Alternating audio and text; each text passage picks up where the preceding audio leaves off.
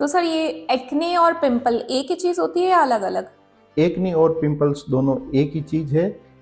Acne technical नाम है और पिंपल्स कॉमन नाम है। कि जब शुगर लेवल बढ़ जाएगा तो जो पोर्स हैं वो ब्लॉक हो जाएंगे और एक्ने होने के चांसेस ज्यादा बढ़ जाएंगे। हाँ बिल्कुल, जैसे ज़्यादा चीनी खाने से और मैदा खाने से भी ब्लड के अंदर शुगर लेवल बढ़ जाते हैं, जिसकी वजह से एक्नी।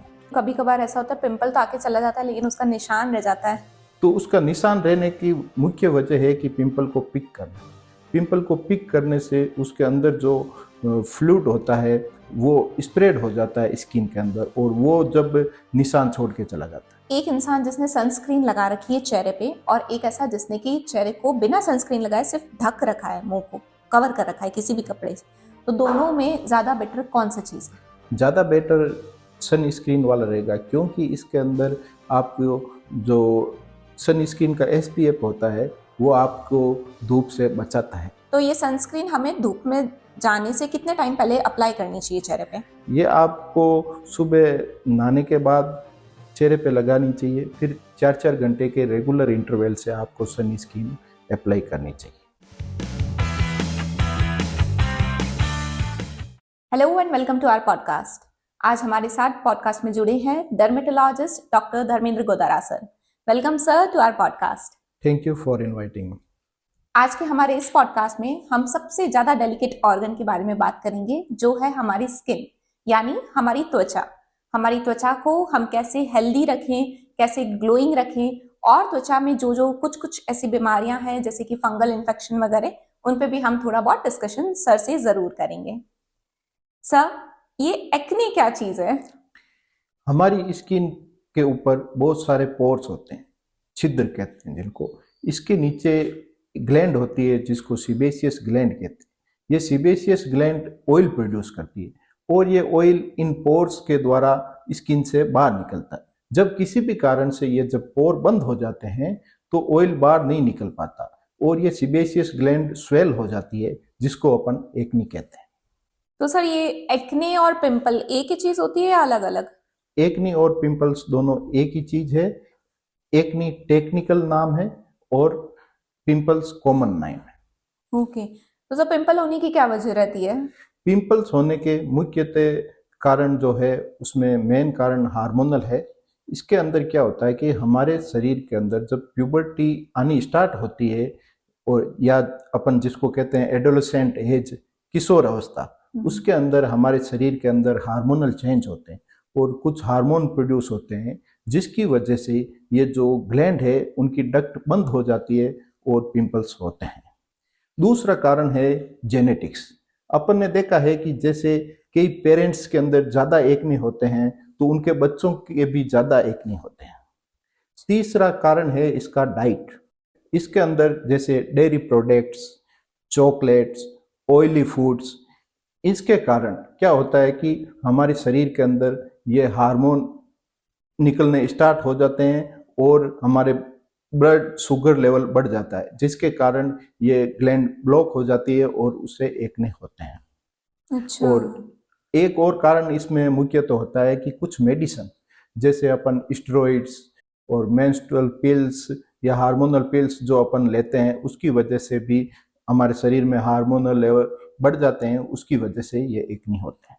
ये तो हमें एक नई जानकारी मिली कि जब शुगर लेवल बढ़ जाएगा तो जो पोर्स हैं वो ब्लॉक हो जाएंगे और एक्ने होने के चांसेस ज्यादा बढ़ जाएंगे। हाँ बिल्कुल, जैसे ज़्यादा चीनी खाने से और मैदा खाने से भी ब्लड के अंदर शुगर लेवल बढ़ जाते हैं, जिसकी वजह से एक्ने होते अच्छा सर, तो एक्ने कितने तरीके के होते हैं या इनके क्या टाइप्स हैं? हैं। एक्ने मुख्यतः दो तरह के होते हैं। पहला है नॉन इन्फ्लामेटरी एक्ने। इसके अंदर कोमेडोन्स होते हैं। ये दो तरह के होते हैं, ब्लैक कोमेडोन्स और वाइट कोमेडोन्स। ब्लैक कोमेडोन्स जो अपन को ब्लैक डॉट के रूप में दिखाई देते हैं और इनके पोर्स ओपन होते हैं। दूसरा है वाइट कोमेडोन्स, जिनके अंदर पोर क्लोज होते हैं और ये वाइट फुंसी के रूप में अपन को दिखाई देते हैं। और दूसरा तरीका है इन्फ्लामेटरी एक्ने, जिसके अंदर पिंपल्स पेनफुल और रेड और बड़े कील की तरह दिखाई देते हैं। पर सर ऐसा भी ना कि जब पिंपल्स हो जाते हैं चेहरे पे तो अपने आप ही हाथ पिंपल की तरफ चला जाता है और पिंपल फोड़ने का मन करता है। इनफैक्ट कभी कभी पता होते हुए भी कि नहीं फोड़ना चाहिए, हम फिर भी पिंपल जो है वो फोड़ देते हैं। तो सर ये कितना हमारे लिए हार्मफुल है? पिंपल्स को फोड़ना तो बहुत ही हार्मफुल होता है। पिंपल्स को नाखून से पिक करने से उसके अंदर जो बैक्टीरिया होते हैं वो स्किन की अंडर सरफेस पर स्प्रेड हो जाते हैं, जिससे वो इन्फेक्शन फैल जाता है और ज़्यादा पिंपल्स निकलने की संभावना होती है। और इसकी वजह से ये जो नॉन इन्फ्लामेटरी एक्नी है वो इन्फ्लामेटरी एक्नी में बदल जाते हैं और ये एक्ने पेनफुल हो जाते हैं और उसको फोड़ने से अपने चेहरे पर काले निशान भी पड़ जाते हैं। और यदि अपन ने ज्यादा उसको छेड़छाड़ की तो जैसे अपन देखते हैं कि स्कार हो जाते हैं एक्नी के, उसकी भी संभावना बढ़ जाती है। वही कभी कभार ऐसा होता है पिंपल तो आके चला जाता है लेकिन उसका निशान रह जाता है, तो वही चीज बिल्कुल। मुझे आपसे पूछनी थी। हाँ। तो उसका निशान रहने की मुख्य वजह है कि पिंपल को पिक करना। पिंपल को पिक करने से उसके अंदर जो फ्लूइड होता है वो स्प्रेड हो जाता है स्किन के अंदर और वो जब निशान छोड़ के चला जाता है। अच्छा, तो सर पिंपल होने की वजह स्किन टाइप भी रहता होगा, मतलब किस तरीके का स्किन टाइप है ये कैसे हम जाने, पहले तो हम ये समझेंगे। जैसे ये काफी लोग पूछते हैं कि मेरी स्किन किस तरह की है, तो इसका एक सिंपल सा तरीका है।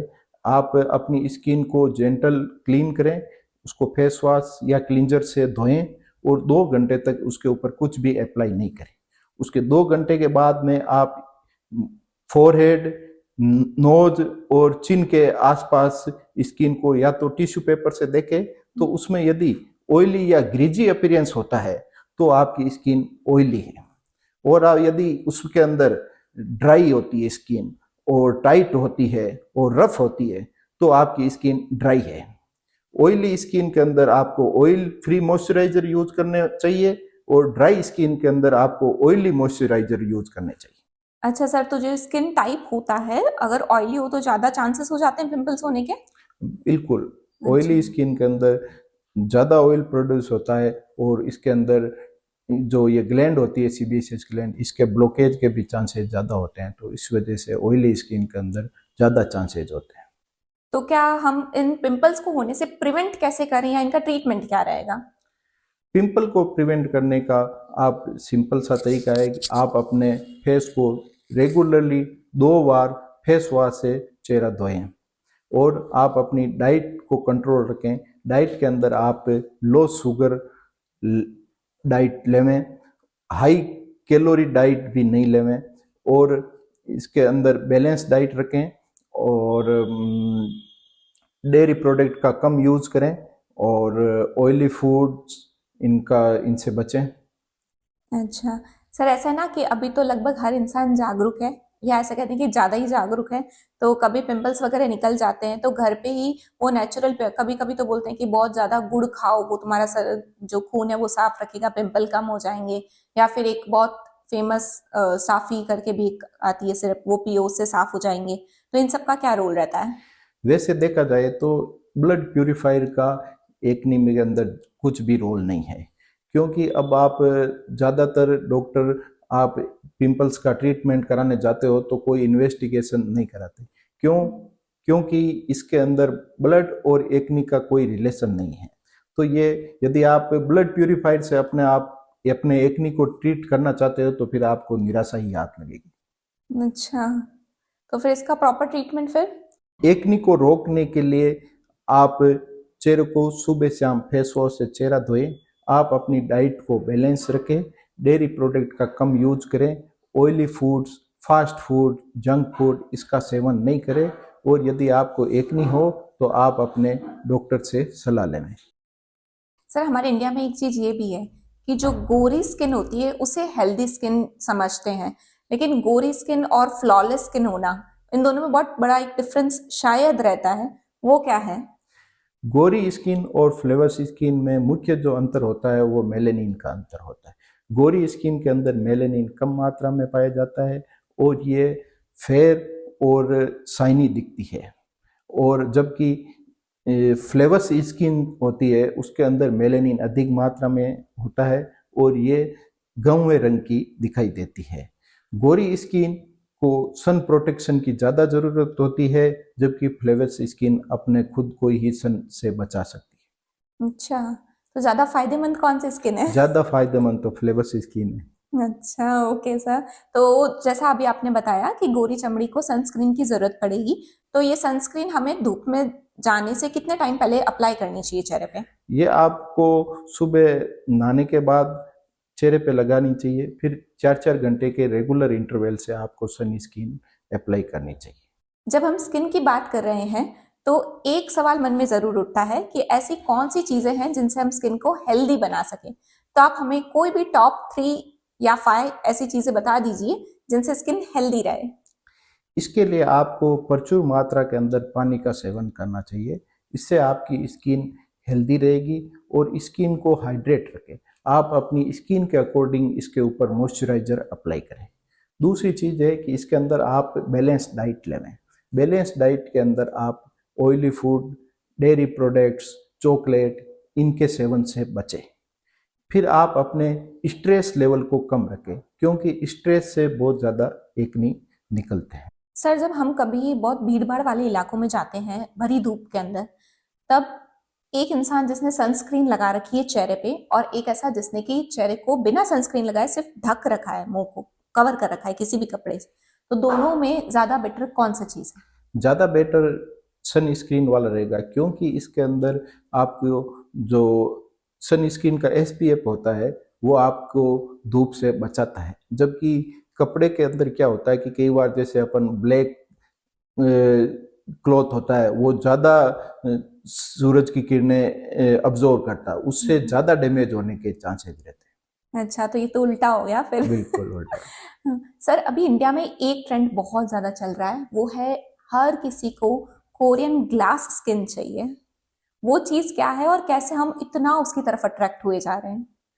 कोरियन ग्लास स्किन एक हेल्दी स्किन है।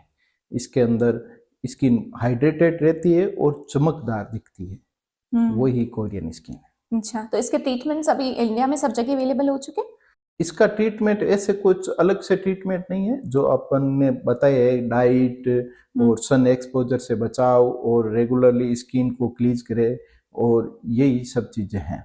और इसके अंदर आप जो कई कॉस्मेटिक चीज़ें यूज करते हैं जो वो बहुत सारी कोमेडोजेनेटिक होती है। इसका मतलब ये है कि कॉस्मेटिक यूज करने से आपके चेहरे पर पिंपल्स ज़्यादा निकल सकते हैं, तो उन चीज़ों को अवॉइड करें। ये होता भी है सर, फीमेल्स तो यूजुअली कहीं फंक्शन वगैरह तो मेकअप करते ही और फिर बाद में पिंपल तो आता ही है। हाँ, एक चीज इसमें आपने मेकअप का नाम लिया तो मैं ये बता देना चाहता हूँ कि आप यदि मेकअप किया है तो रात को सोने से पहले मेकअप को रिमूव करके सोए। यदि मेकअप को रिमूव नहीं किया तो ये जो मेकअप है वो आपके ऊपर के पोर को बंद कर देता है। बंद करने की वजह से ये पिंपल्स भी हो सकते हैं। अच्छा, तभी रीजन है सुबह उठते हैं तब शाम तक तो कुछ नहीं, 1-2 पिंपल सुबह जरूर दिख जाएगा चेहरे पे। हाँ, इसका सबसे सही तरीका यही है कि आप मेकअप को रिमूव करके सोए। सर, जब भी हम प्यूबर्टी हिट करते हैं उस टाइम बहुत सारे चेंजेस होते हैं जिसकी वजह से पिंपल्स बहुत निकल जाते हैं, आउटबर्स्ट हो जाता है एक तरह से। तो उस टाइम में आप टीनेज को क्या एडवाइस करेंगे कि कैसे इस चीज को वो डील करें? टीनेज को मैं यही सलाह देना चाहूँगा कि ये इस एज ग्रुप की ही प्रॉब्लम है।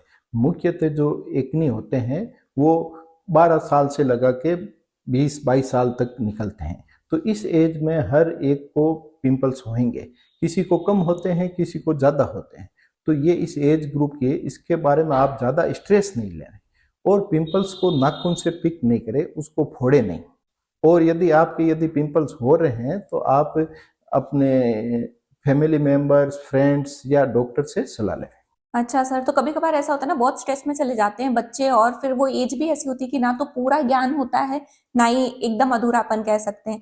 घरेलू नुस्खे आजमा लेते हैं, कोई भी रैंडम ऐसे बोलते हैं टूथपेस्ट लगा लो पिंपल कम हो जाएगा, तो क्या वो सही है? नहीं, इससे तो उसको और ज़्यादा स्किन को इरिटेशन होएगा और स्किन इरिटेट होएगी, उसके ऊपर इचिंग बढ़ जाती है और फिर इचिंग करने से वो पिंपल ब्रस्ट भी हो सकते हैं और ये पिंपल स्प्रेड हो जाते हैं। सर, ये एक चीज और चल रही है ट्रेंड में कि सुबह सुबह उठ करके जितने भी बड़े बड़े सेलिब्रिटीज है या जो वेल नोन पर्सन है, वो लोग एक आइस का बाउल बनाते हैं और उसमें डिप कर देते हैं अपना चेहरा 3 से 5 मिनट के लिए।